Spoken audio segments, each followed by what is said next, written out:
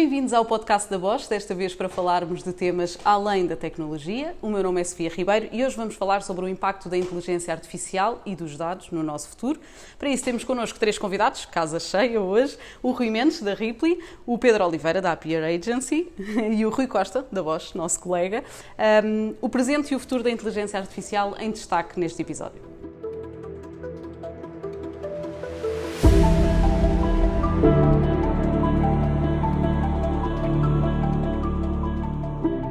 Aos dois Ruís e ao Pedro, ia pedir que vos apresentassem para também sabermos um bocadinho o vosso contexto para este episódio da inteligência artificial. Se calhar, Rui, comece por ti, nosso colega. Portanto, o meu nome é Rui Costa, eu sou responsável pelo grupo de Manufacturing Digital na Bosch, em Braga. Estou cá na empresa há 12 anos e o nosso foco é essencialmente trabalhar em projetos na área da digitalização e daí a nossa ligação aqui também com a parte da inteligência artificial.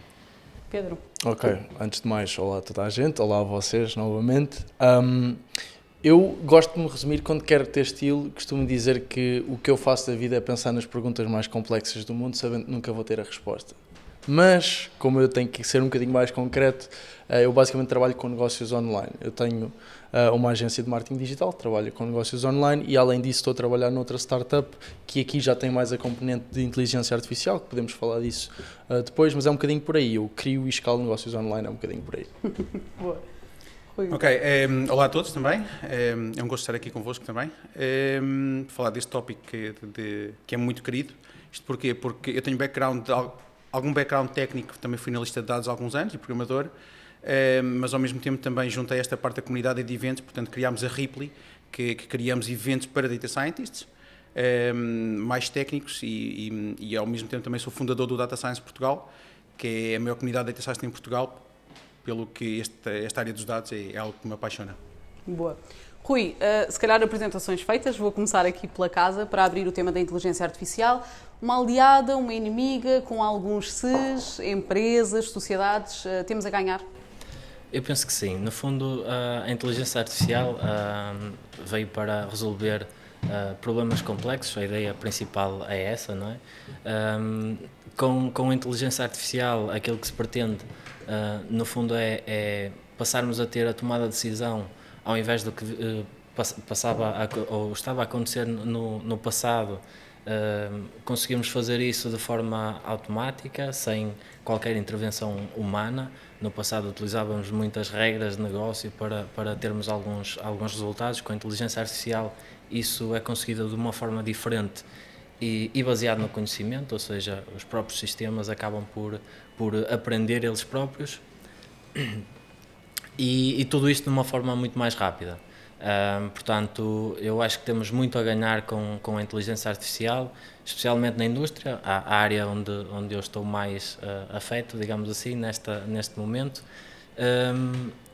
Há uma série de questões e que são incontornáveis e provavelmente hoje vamos discutir aqui algumas delas relacionadas com quer a parte do trabalho, não é? De algumas funções que toda a gente acha que vão ser extintas no futuro com a introdução deste tipo de tecnologias.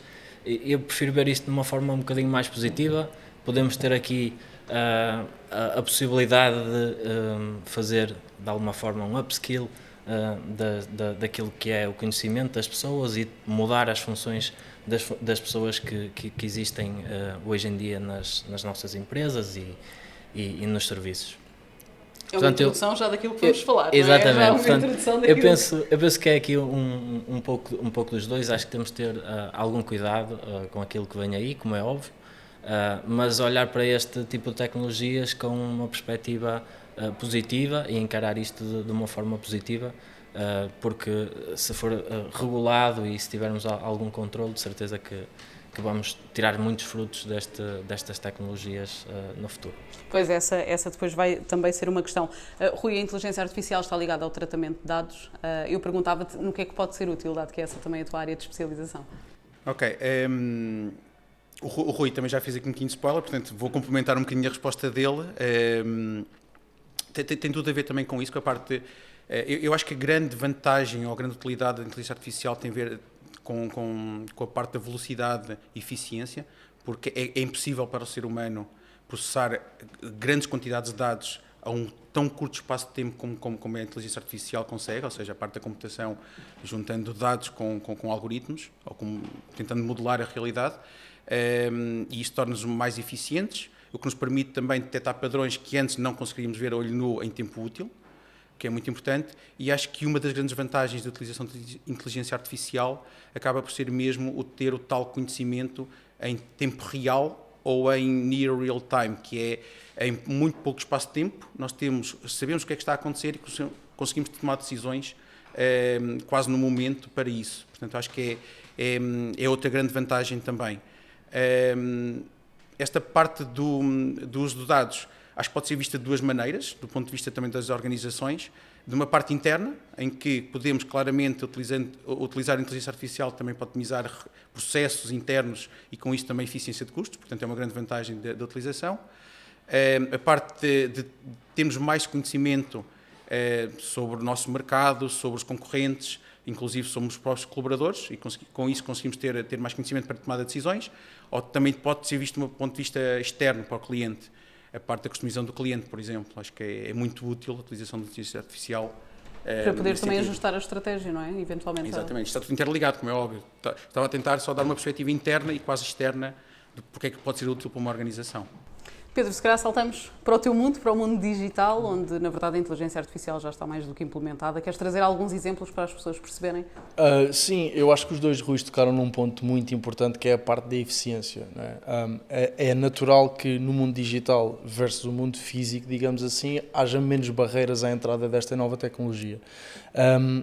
E no caso, no digital nós usamos já há algum tempo, mas principalmente desde o boom do ChatGPT, obviamente porque começaram a surgir mais ferramentas também e essas ferramentas passaram a ter mais funding e por causa disso conseguiram escalar e melhorar e otimizar e etc. Portanto, obviamente, mas sim, no digital já se usam muitas ferramentas. Eu vou deixar aqui uma dica importante. Eu gravei um vídeo há pouco tempo sobre isto, mas ainda não publiquei, que é só irem ao browser e pesquisarem gpte.ai ou gpte.ai.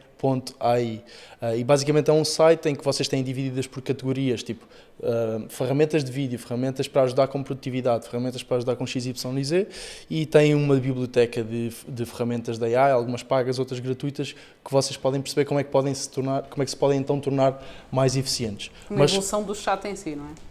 Não, isto não tem a ver com o ChatGPT, atenção, isto são ferramentas fora do ChatGPT. Algumas têm amarelas algumas têm integração, obviamente, com o ChatGPT, e eu posso tocar um bocadinho mais na parte do ChatGPT, mas eu acho que é mais interessante ver a visão geral, e quando me perguntas se no digital usamos ferramentas associadas à AI, claro que sim. Porquê? Para sermos mais eficientes, por uma razão muito simples.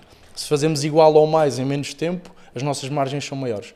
Seja quem é empreendedor, como é o meu caso, seja quem trabalha para alguém, consegue fazer mais em menos tempo e, das duas, uma, ou se torna um trabalhador mais produtivo, ou então tem mais tempo para ele. Não é? Mas sim, usamos, claro que sim, várias ferramentas. Aconselho essa biblioteca porque vão encontrar um monte de coisas que podem ser úteis para cada um dos casos específicos. Relativamente ao ChatGPT, se eu uso, sim, na minha agência usamos também. Acho que também, por uma perspectiva de eficiência, devíamos usar ainda mais. Eu uso praticamente todos os dias, mas poderia usar mais. Mas isto é um processo de... Não é só a ferramenta que se está a otimizar, somos nós os utilizadores também que estamos a perceber como é que isso está a evoluir, certo? E, na verdade, nós não devemos nem podemos, ou melhor, não devemos nem devíamos poder usar uma ferramenta como o ChatGPT como usamos o Google, porque aquilo não é um motor de busca, certo? E aqui entra a questão toda do prompt. E é aí que eu estou a criar uma nova startup nessa área do Prompt Engineering, que é tu aprenderes como é que, ou formares pessoas para falar com esta inteligência artificial para tirar exatamente o output que tu queres. É uma nova profissão. Exatamente. E é uma profissão muito bem paga. Se nós formos olhar para os rendimentos médios nos Estados Unidos para Prompt Engineering, porque como não há ninguém a fazer, ou quase ninguém, estamos a falar de salários entre 250 e 350k por ano.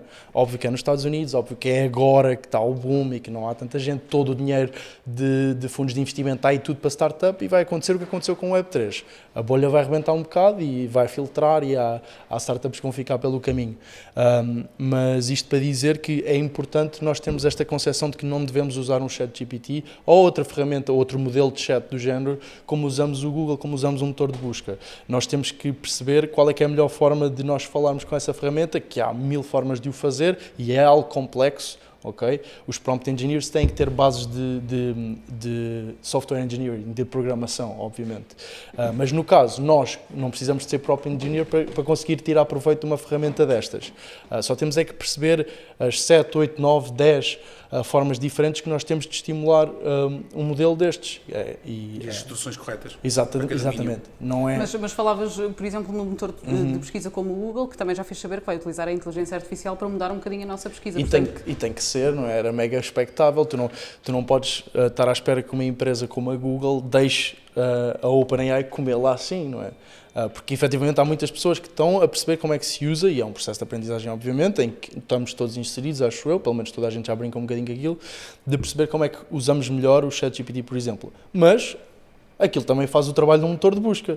Ok, sim, o 3.5, a não ser que pagues para ter o GPT-4, tens ainda acesso ao 3.5, a base de dados é 2021 e supostamente não tem acesso à web, mas consegues usar aquilo como motor de busca. Portanto, na verdade, se aquilo faz de motor de busca e também um monte de outras coisas, a Google começa a ser comida aí. Portanto, era mais do que expectável do que eles surgissem com isso. E na realidade, a Google já investe bilhões em AI há anos. Não é uma coisa nova, é mais tomarem a posição publicamente de que... Exato, que foi isso que aconteceu. Vocês também são adeptos do ChatGPT? Não sei se era isso que ias complementar. Não, ia só comentar, porque ainda ontem, por acaso, li uma notícia em que o Bill Gates comentou que no futuro próximo provavelmente vão deixar de existir motores de busca e até sites de venda online. Tudo isto vai passar a ser feito através de assistentes de inteligência artificial.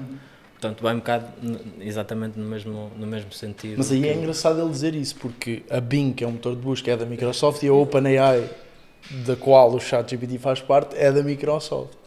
Ou foi comprada pela Microsoft. Houve um investimento enorme pela Microsoft. Rui, mas tu também usas? Já experimentaste? Acho para ver o que é que pode ser útil? Acho que começaria deste mundo se não tivesse utilizado, não é? Portanto, claro, ainda não sou pronto engenheiro, não é? E pode ser aliás, é uma das skills que até gostava de saber mais um bocadinho, até porque faz todo o sentido, saber utilizar a ferramenta, porque nós pensamos que basta lá escrever uma pergunta e está feito, e não é nada assim, até porque muitas vezes temos que saber utilizar bem essa ferramenta para também sabermos curar o resultado, porque ele também vai alucinando várias vezes, portanto é preciso ter muito cuidado com isso. Mas sim, claro, obviamente já experimentei.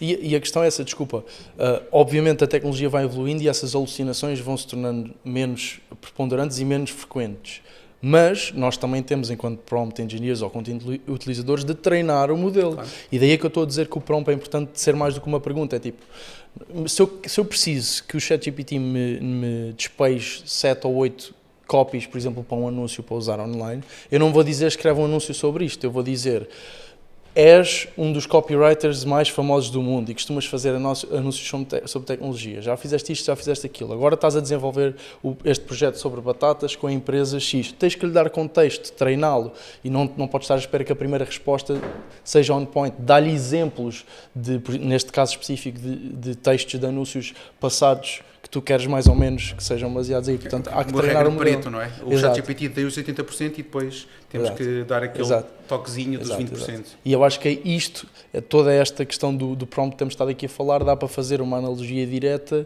de como é que a AI vai influenciar o nosso futuro. Desculpa se estou já a atropelar as perguntas, mas normalmente as pessoas falam muito de que as máquinas vão substituir os humanos. Talvez, mas eu acho que num futuro mais próximo o que vai acontecer é os humanos que trabalham com máquinas é que vão substituir os outros humanos, certo? Porque isto não é mais do que dar superpoderes, entre aspas, aos humanos, que é como é que eu posso fazer mais e melhor em muito menos tempo, coisas que seriam impensáveis fazer. Mas os filmes sobre o futuro mostram um bocadinho o contrário, não é? Mostram as máquinas preponderantes sobre o humano. Eu acho que é isso também. E eu não neguei esse cenário, atenção. Até porque é uma indústria também muito grande a falar mas por isso é que nós temos que ter a capacidade sempre de garantir que conseguimos desligar a qualquer momento. Isto vale o que vale, mas há uma história que é meio... Ninguém sabe se é verdade, se é ficção, o Steve Jobs, quando estavam a desenvolver o primeiro Macintosh. O Macintosh era o de secretária? Era, não era? Então era o outro. O primeiro MacBook.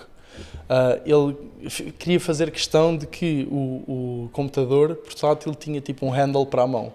E a premissa era, eu não confio em nenhum computador que eu não consiga pegar e mandar pela janela. E a ideia é essa, é termos sempre a capacidade de um momento para o outro, eu sei que consigo desligar, porque temos de ter esse controle. Exato. Exato.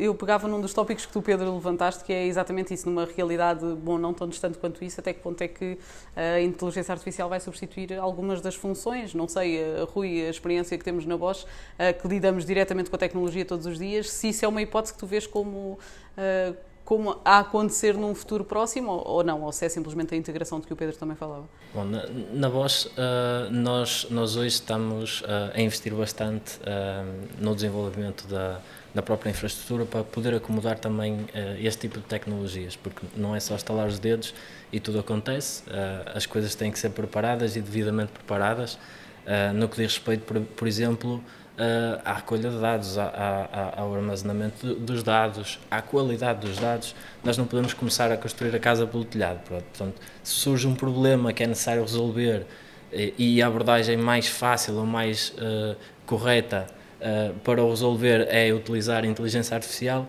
se nós não tivermos os dados que são necessários para responder a esse pedido, não vai ser possível. Portanto, a Bosch está a investir bastante nessa base, digamos assim, e depois há uma série de projetos que atualmente estão a ser trabalhados em diferentes áreas, desde a parte da logística, com a área dos estoques, por exemplo, da gestão dos estoques, previsões, etc. A parte da manufatura, mais comum na fábrica onde eu estou, neste caso em Braga, ligada mais à parte dos processos, onde o objetivo é essencialmente resolver problemas que nos permitam melhorar a qualidade dos nossos produtos e dos nossos processos, como é óbvio. E depois outras atividades, sei lá, desde a qualidade, desde a manutenção preditiva. Portanto, não faltam projetos em que a Bosch está neste momento a investir. E depois, além disto, estou muito focado naquilo que é o processo produtivo, ou o processo de manufatura. Mesmo ao nível de produtos, nós conseguimos encontrar isso. Portanto, uma das áreas em que a Bosch está a investir mais neste momento é o setor da mobilidade. E eu penso que uma das chaves para o setor no setor da mobilidade, neste caso, para desbloquear a parte da condução autónoma, é sem dúvida nenhuma a inteligência artificial. Portanto, é mesmo algo que é necessário e que nos próximos anos vai ser uma realidade por todo o lado, digamos. Para já estamos a falar como integração, como lado a lado, trabalho entre humano e máquinas, como falávamos, não é? Mas até que ponto é que isto no futuro vai representar, deixar de haver alguns postos de trabalho? Não sei, Rui, também qual será a tua opinião? Sim, acho que como isto é um podcast sobre dados, portanto trago aqui alguns dados, como não poderia deixar de ser. Há um estudo da World Economic Forum em que indica que até 2025 vão ser substituídos cerca de 85 milhões de trabalhos. No entanto, pelo lado positivo, também vão ser criados 93 milhões, portanto, há sempre o reverso da medalha. O que é que nós temos que fazer aqui? Um bocadinho como o Pedro disse também, e também o Rui, a parte da upskilling, e também ver que novas skills, ou que skills é que devemos colocar com maior importância no sentido também da educação. Mas eu acho que há aqui também uma coisa fundamental, que é, especialmente naqueles empregos ou profissões mais criativas e também agora, com todas as ferramentas que também elencaste, ou devem estar provavelmente nessas páginas amarelas do site que disseste, que há muita criação de conteúdo de arte, de música, de escrita, há sempre o componente da parte de criatividade também, e da parte de... a inteligência artificial não é nada mais que treina dados, tem uma excelente memória, muito mais do que nós, só que faz ali uns retoques, cola ali, cola de além, ou seja, será que isso é criatividade? Porque a criatividade tem muito a ver com a emoção, com a intuição, com a originalidade. Portanto, eu acho, onde eu quero chegar é que eu acho que, sim, a inteligência artificial vai substituir muitas tarefas de muitas profissões em que podem ser automatizadas, sem dúvida, não tenho qualquer dúvida sobre isso. No entanto, eu acho que vai nos permitir, como o Pedro estava a dizer, e muitas vezes gosto de discordar, mas neste momento não consigo, que vai nos permitir deixar de lado e não ocupar tempo com tudo aquilo que não nos dá valor acrescentado, São tarefas rotineiras e automatizadas e podemos focar mesmo naquilo que nós somos bons, na parte da criatividade. Concordo a 100%, concordo a 100%, até porque, imagina, não há forma de prever o futuro, estávamos a falar disso há pouco, ninguém tem uma bola de cristal. Com a precisão de 100%. Exato, mas uma boa forma de o fazeres, e há bocado estavas a dizer que voltaste a ser fã de história, sim, ou reacendeste essa chama agora, e na verdade uma boa forma de tentar perceber como é que funcionará o futuro é olhar para os padrões, claro, que se repetiram anteriormente, certo? E em toda e qualquer revolução aconteceu sempre terminarem certos tipos de empregos e surgirem outros. Imagina, quando surgiu a fotografia, os pintores também iam ficar sem trabalho. Eu ainda vejo quadros a serem pintados, não é? De forma diferente, mas quando o carro foi inventado e popularizado, as pessoas que criavam cavalos e tomavam conta de cavalos também estavam, Jesus, meu Deus, o mundo vai acabar. Certo. Acabou? Não, continuam a haver cavalos na mesma. Só que por existirem carros agora, há mecânicos, há pessoas que produzem pneus, etc, etc. Exato. A mesma coisa com a fotografia. Também tem que haver fotógrafos, tem que haver quem revela as fotografias, tem que haver quem edita as fotografias, agora mais na era digital. Há exposições de fotografia, portanto, daí para a frente. E eu acho que as pessoas não devem ter medo da mudança. Nós temos muito esse medo da mudança. Nós, humanidade no geral, sociedade. Quando eu acho que a maioria das vezes a mudança é sempre para melhor. A maioria das vezes, claro. Principalmente quando tem a ver com tecnologias que podem ter o impacto que a AI pode ter. E um exemplo que eu costumo dar é da Revolução Industrial, com o motor a vapor. Nós, enquanto sociedade, estávamos péssimos, não é? A inflação estava a níveis altíssimos, a pobreza em níveis altíssimos, e só com a invenção do motor a vapor, isto permitiu que as cadeias de distribuição se tornassem mais eficientes, certo? Portanto, com os comboios. Portanto, por causa disso, os preços, no geral, baixam também e as pessoas passam a poder viajar também para outros sítios, não interessa. Mas temos a distribuição, temos a produção, porque pessoas deixam de ter que fazer trabalho pesado e mecanizado, não é? E não só isso é bom para as pessoas, porque, imagina, quem é que quer estar a fazer de máquina, não é? A levantar coisas pesadas, etc., o dia todo. E, por outro lado, têm também a capacidade, passaram a ter a capacidade de mais tempo de produção e minimizar o erro com as máquinas. Portanto, este contexto todo trouxe muito mais qualidade de vida para aquilo que somos nós hoje. Nós só estamos hoje aqui a falar para estes microfones e etc., porque houve uma revolução industrial que permitiu um monte de coisas que surgiram daí para a frente.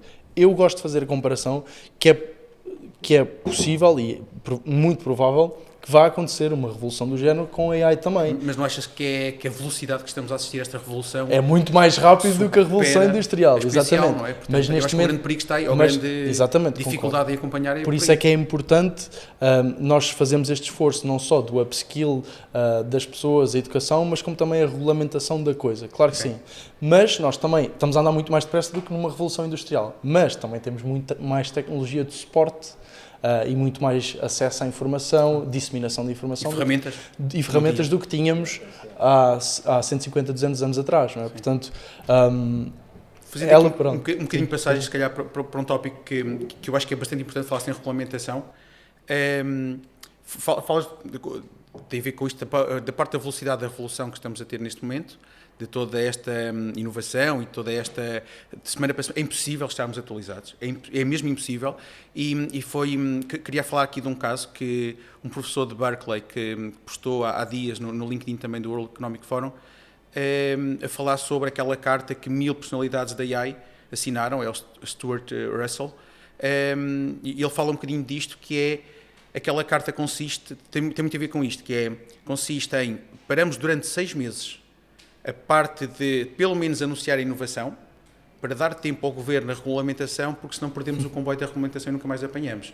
Ou seja, até as próprias pessoas na área... A não ser que seja AI a regulamentar. Exato, mas aí já é Inception. Portanto, ou seja, até as próprias pessoas, as personalidades que estão à frente do comboio, estão a ficar com algum receio desta parte de regulamentação. Ou seja, não é medo da inteligência artificial por si, mas é medo de nós não conseguirmos acompanhar a parte da sociedade. Bom, mas será difícil, à partida, parar para regulamentar, não é? De que forma é que podemos, enfim, travar ou tentar regulamentar de uma forma mais eficaz todo este processo? Ok, eu não tenho solução para isso, como é óbvio. Outra pessoa também muito interessante que eu também sigo bastante, que é o Yuval Noah Harari. O que escreveu o Homo Sapiens. Homo Sapiens, exatamente. E o Homo Deus, etc. Exatamente. Ele esteve recentemente cá em Portugal e disse uma coisa que eu concordei e fez-me pensar, que é, com isto tudo da falta de regulamentação em tempo útil de tantos avanços, pode colocar em risco a democracia.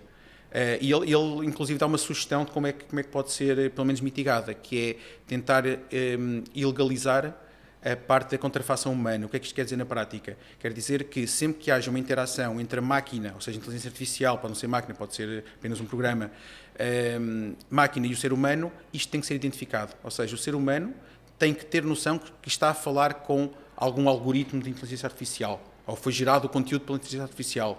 Para quê? Porque ele disse que isto iria mitigar a parte de possível manipulação em massa. Isso ainda leva à questão do controlo sobre isso acontecer ou não, que ainda torna as coisas mais difíceis. Novamente era um assunto que estávamos a falar antes de começar a gravar. Tu estavas a dar o exemplo, nessa ótica, se puderes dar o exemplo do Pentágono e depois eu finalizo. Ok. Isto aconteceu há pouco tempo. Também, acho que foi esta semana também, porque nós temos que ter muito cuidado com esta parte de regulamentação, ética, privacidade dos dados, tudo o que é discriminação, enviesamentos, etc. E estávamos há bocadinho ali a trocar umas ideias e uma das notícias que saiu esta semana, em que é uma prova viva e ainda hoje isto escapa nos mídia, é que esta semana foi criada uma imagem falsa, através de Generative Models, em que era o Pentágono, uma explosão ao lado do Pentágono. E foi partilhada no Twitter por algumas pessoas com algum renome, portanto, supostamente tinham alguma confiança, e os mídias começaram a partilhar. O que aconteceu foi que a Bolsa de Valores, ou seja, o mercado da Bolsa de Valores dos Estados Unidos começou a ser em queda, mas abrupta. Portanto, isto foi a semana passada, não foi há 20 anos, não foi há 5 anos. Como portanto, uma imagem agora. pode Uma alterar imagem. o contexto todo, político, Exatamente. sociedade, económica, etc., do mundo inteiro, não é? Porque Incrível. se os Estados Unidos mexem. Mas pronto, isto para pegar nesta questão que o Rui estava a referir, é importante nós conseguirmos regulamentar de alguma forma ou distinguir aquilo que é gerado por AI e aquilo que é gerado por um humano. E pegando neste exemplo do Pentágono, e até fazendo um exemplo paralelo, por exemplo, basta nós ou alguém fazer um vídeo de deepfake, que já há coisas super reais. Que nunca fizeste, não é? Nunca fiz, mas já há coisas Bem feitas, super realmente. reais que tu já tens mesmo dificuldade em distinguir. Eu lembro-me de um exemplo sempre que é uma conta que existe nas redes sociais do Tom Cruise, que é o deepfake Tom Cruise. E aquilo é o Tom Cruise, é ele, a falar, a mover-se, é ele, mas não é.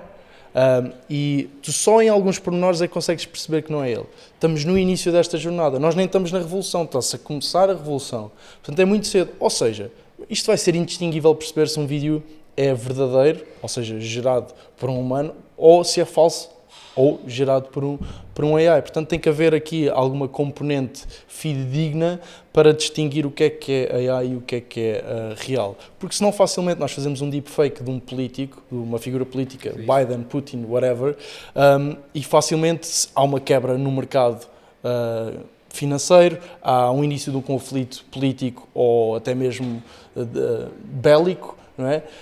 E por isso é importante nós conseguirmos distinguir se o vídeo que estamos a ver do Biden foi ele que disse ou não. Mas é só reverso a medalha. Qual é o limite? Como é que certo, tu distingues é isso vídeo... que eu vou dizer. Porque as consequências disto podem ser desastrosas. Então, eu, o ano passado, estive a morar uns meses na Indonésia, em Bali, e conheci um empreendedor romeno que já tinha várias startups de AI, e uma delas que ele estava a começar a desenvolver, ainda estava em fase de ideia, era exatamente pegando neste problema, como é que nós distinguimos, como é que criamos uma forma fidedigna de distinguir, porque isto pode ter proporções gravíssimas, não é? Então, ele foi pegar uma tecnologia da Web3, que é a parte dos Non-Fungible Tokens, dos NFTs, e estava a tentar perceber como é que ele podia executar um produto na blockchain que basicamente validasse, olha, este vídeo foi gravado por este líder político. Eu acho que numa fase inicial temos que ir por etapas, portanto, numa fase inicial líderes políticos e etc, depois se calhar grandes celebridades e jogadores de futebol e etc, e daí em diante, até chegar a nós, os mais pequeninos. Mas é muito importante haver uma blockchain, sei lá, direcionada para isto, para conseguirmos distinguir e validar o que é real ou não, e um vídeo que é real tem tipo um certificadozinho na internet cá em baixo ou algo do género, que é o NFT que comprova que aquilo é legit e foi efetivamente gravado por aquela pessoa. Isso leva-nos à questão do controlo, mas não nos leva à questão da regulamentação, não é? Como é que vamos conseguir regulamentar uma coisa que já está a acontecer a uma velocidade incrível? Será possível? Ainda bem que eu não estou envolvido na parte legal. Ainda bem. Assim, já temos algumas iniciativas, não é? Por exemplo, a nível de proteção de dados, tivemos o bem conhecido RGPD, não é? Que obrigaram-me a ler aquilo tudo e ali com muita atenção.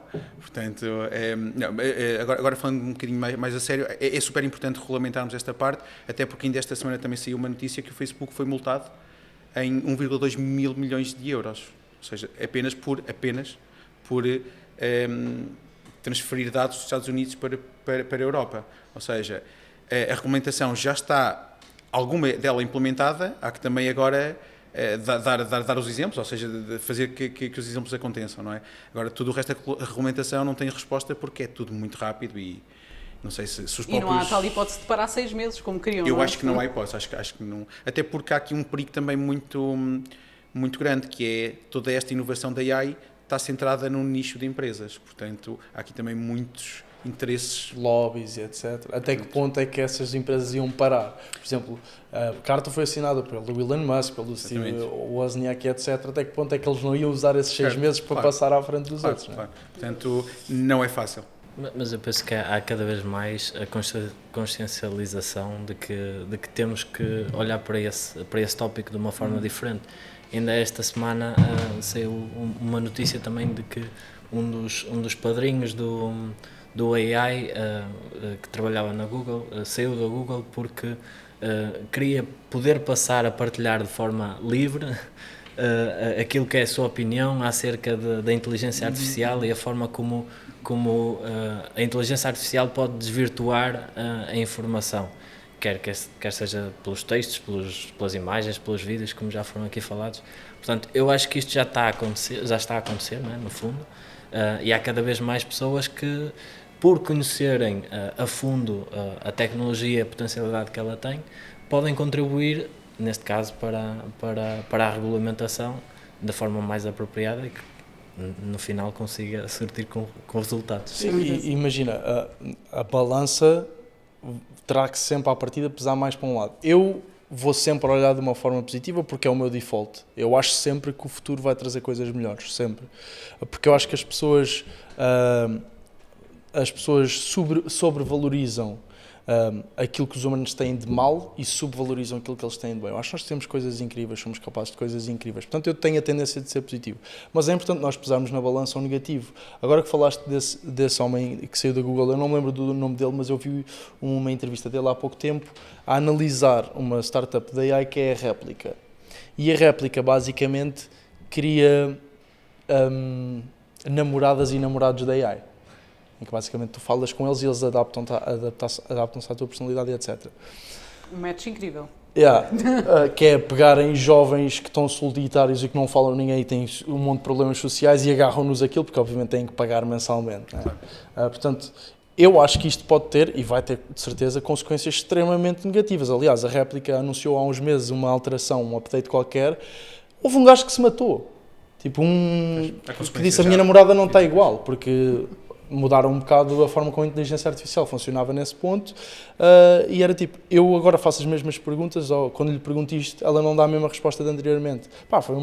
Foi uma enchente assim estranha. E na verdade tu começas a perceber que há pessoas que estão em sítios sociais e psicológicos muito desconfortáveis e estas pessoas estão a explorar esta componente e isto pode ter consequências altíssimas e podemos falar de reprodução, da queda da evolução do número da população e etc. Podemos falar de um monte de coisas, isto depois é uma bola de neve, não é? Mas obviamente tudo o que é AI pode ter consequências extremamente negativas do ponto de vista social, principalmente. Deixa-me só dar aqui mais 2 pontos. Há estratégias nacionais de inteligência artificial, Portugal também tem a sua. E depois há toda uma reunião a nível europeu também para regulamentarem, ou seja, isto não está à velocidade que deveria porque é quase impossível, mas há estratégias, tanto nacionais como depois a nível europeu e depois também mundial, portanto, ou dos vários continentes. Há aqui outros 2 tópicos também, só muito breve, que, para não estar muito neste tópico, que tem a ver com aquilo que dizias, Pedro, que nós temos de ter muita atenção com a parte do enviesamento e discriminação, que impacta diretamente na vida das pessoas. Tu falaste de um caso de suicídio, portanto já são casos extremos, mas há outros casos que não levam a tão extremo e impacta diretamente na vida das pessoas. Por exemplo, parte da justiça, quando um banco decide se aquele crédito deve ser aprovado ou não para aquela pessoa. Isto vai impactar diretamente na vida da pessoa. Há tribunais a decidir, algoritmos a decidirem se aquela pessoa é culpada ou não. Portanto, isto impacta diretamente, ou seja, isto tem que ser visto, e há aqui uma parte muito importante de inteligência artificial, que claramente está a ser muito estudada e discutida, que é a parte de interpretabilidade e transparência também, ou seja, o que o ChatGPT faz e outros algoritmos, nós não sabemos porque é que o resultado é daquilo, são chamadas black box, ou seja, nós não percebemos humanamente porque é que deu aquele resultado, nós não conseguimos interpretar. E isso é muito importante para no futuro nós também entra noutro tópico que é a parte da accountability e da parte da responsabilidade, que é se um veículo autónomo tem um cenário em que se vai em frente mata 2 crianças na passadeira ou vai para a esquerda e mata o condutor. Aliás, isso deve ser muito avançado no trabalho na mobilidade. Portanto, ou seja, isto são tudo tópicos que estão a ser discutidos, agora vamos ver se há a velocidade que é necessário, mas são tudo tópicos que... Porque depois surgem várias questões. E se uma pessoa tivesse aquela doença e se a outra... Então já... nunca mais acabamos. É que depois são coisas muito subjetivas, não é? Enfim, que dá para vários... E que não é possível de medir com uns e zeros e com cálculos matemáticos que deem uma resposta, porque há coisas que simplesmente não é possível. Esse caso da condução autónoma é flagrante. Como é que é possível decidir entre uma coisa e outra? Exatamente. E a parte de nós também desculparmos o erro humano, se calhar conseguimos desculpar muito mais facilmente o erro humano do que uma máquina. Quer dizer, se reduzimos os acidentes de 1001 da máquina, mas aquele meu Deus, o mundo vai acabar. Mas todos os dias, se calhar, há 1000 acidentes do homem que poderiam ser evitados. Temos que pensar também no lado positivo da questão e no copo meio cheio. E na verdade, desculpa, vou só acrescentar aqui uma coisa. O Sam Altman, que é o fundador e o CEO da OpenAI, que é então o fundador do ChatGPT e é quem está a abanar estas coisas todas, pelo menos para já, ele disse exatamente, ele abordou mais ou menos esta questão que é, desculpa, que é, em 10.000 respostas à mesma pergunta, o ChatGPT não vai dar a mesma resposta. E as pessoas, se tivessem que ranquear essas 10.000 respostas da melhor para a pior, as boas respostas podem ser inacreditáveis, mas o mundo só se vai focar na pior de todas, na 10.000. Aí é que vai estar o foco. E, portanto, nós também nesta abordagem temos que olhar um bocadinho nessa perspectiva de perceber que vai ser um bocado inevitável que haja um acidente em mobilidade que foi uma má decisão, que haja X, Y e Z. É inevitável isso acontecer porque com os humanos iria acontecer. Provavelmente o que estamos a fazer é reduzir a frequência com que isso acontece. Não é? Eu queria começar a terminar a nossa conversa a falar um bocadinho sobre o futuro. O que é que vem aí? Basicamente, o que é que vem aqui a seguir ao ChatGPT e coisas que tais? O que é que podemos esperar assim de um futuro próximo? Não sei, Pedro, por exemplo. Ok. Eu acho que, pegando em algumas coisas que já dissemos aqui, é necessário. Ou seja, é um bocado debatível até que ponto é que devemos deixar a inteligência artificial andar como está a andar, etc, etc. Há várias linhas ténues, há várias perguntas, há várias zonas cinzentas, mas eu acho que nós estamos num ponto, e aqui nós podemos falar de imensas coisas, podemos falar do uso de recursos, em que nós vamos tornar-nos muito mais eficientes através de tecnologias como a AI, etc., de criação e de energia, por exemplo, lembro-me de fusões atómicas, etc. Há coisas que nós só vamos conseguir chegar às respostas com estas novas tecnologias, tipo AI, computadores quânticos, etc. Energia infinita, não é? Exatamente, exatamente. Que se nós não procurarmos essas soluções, o nosso tempo poderá estar contado de alguma forma. Não é? Ou a forma como nós conhecemos o nosso mundo e pegando isto já seria todo um outro tópico, mas pegando nas alterações climáticas, etc., há coisas que nós precisamos, lembro-me agora na parte da saúde, há soluções que nós só vamos encontrar e só vamos conseguir chegar lá também com a AI. Cura para o cancro, parar o envelhecimento, podemos falar de problemas humanitários, não é? Podemos falar de 1000 coisas diferentes. Há coisas que são muito importantes para nós, inclusive pegando outra vez na Revolução Industrial, o melhorar a qualidade da vida das pessoas que estão cá. Como é que fazemos isso? Tornando tudo mais eficiente. E a AI vai-nos trazer isso. Falámos há pouco, fazer o mesmo ou mais em muito menos tempo, fazer o que demorava 2 semanas, fazer em 2 horas.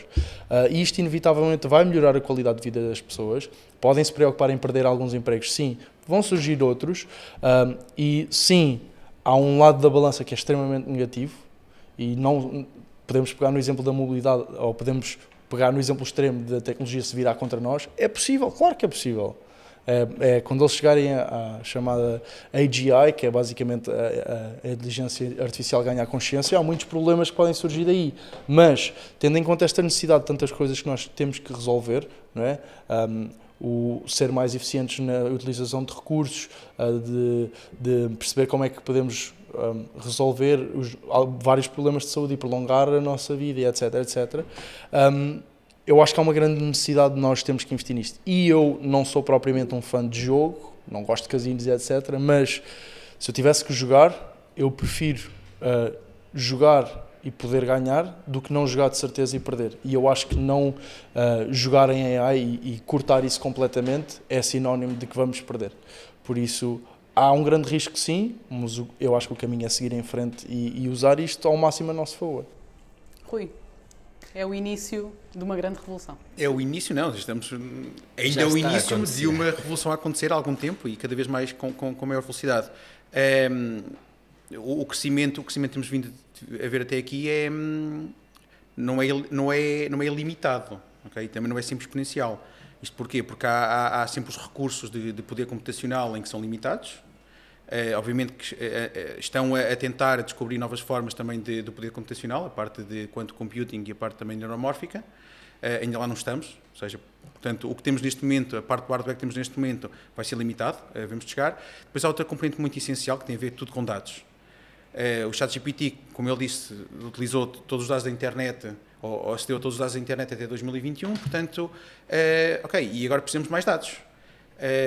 E não é fácil, até 2021, ok, ao longo dos anos tem vindo a ser recolhidos muitos dados, e vocês sabem disso mais do que ninguém na Bosch, mas precisamos de cada vez mais dados, portanto o acesso aos dados vai ser mais difícil, novos dados, o que também não é mau por si só, porquê? Porque obriga-nos a também a refinar os dados e ter a tal qualidade dos dados que é super essencial, portanto os próprios algoritmos também vão ficar mais acurados, não é? Ou a accuracy melhora.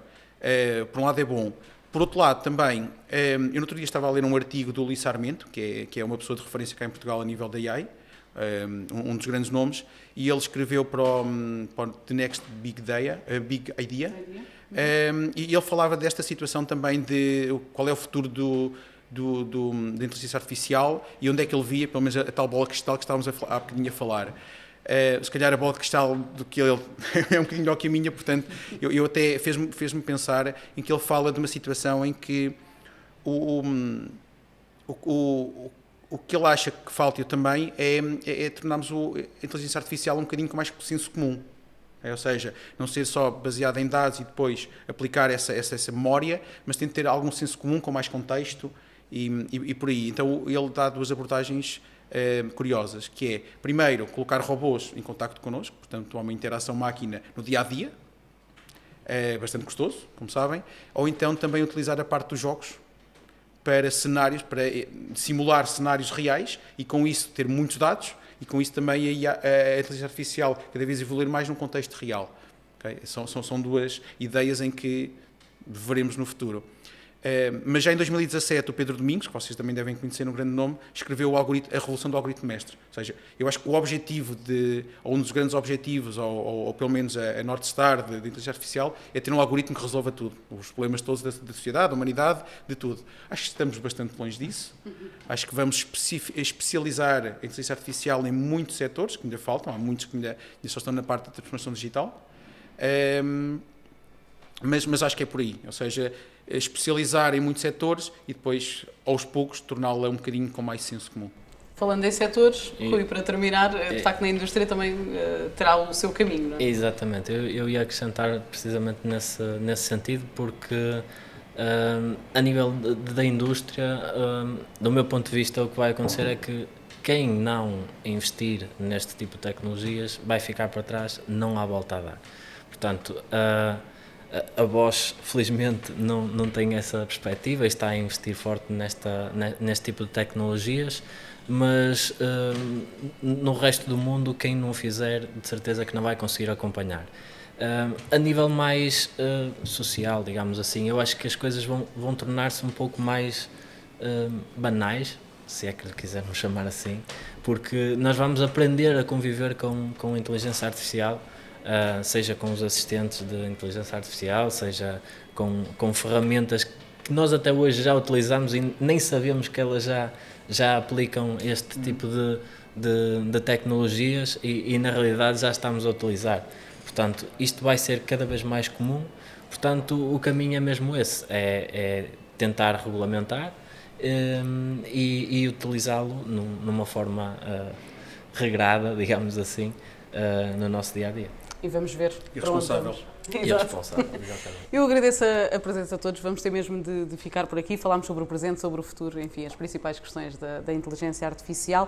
O próximo episódio está para breve, fiquem ligados, venham ouvir falar de temas que vão versar muito além da tecnologia. Fiquem atentos.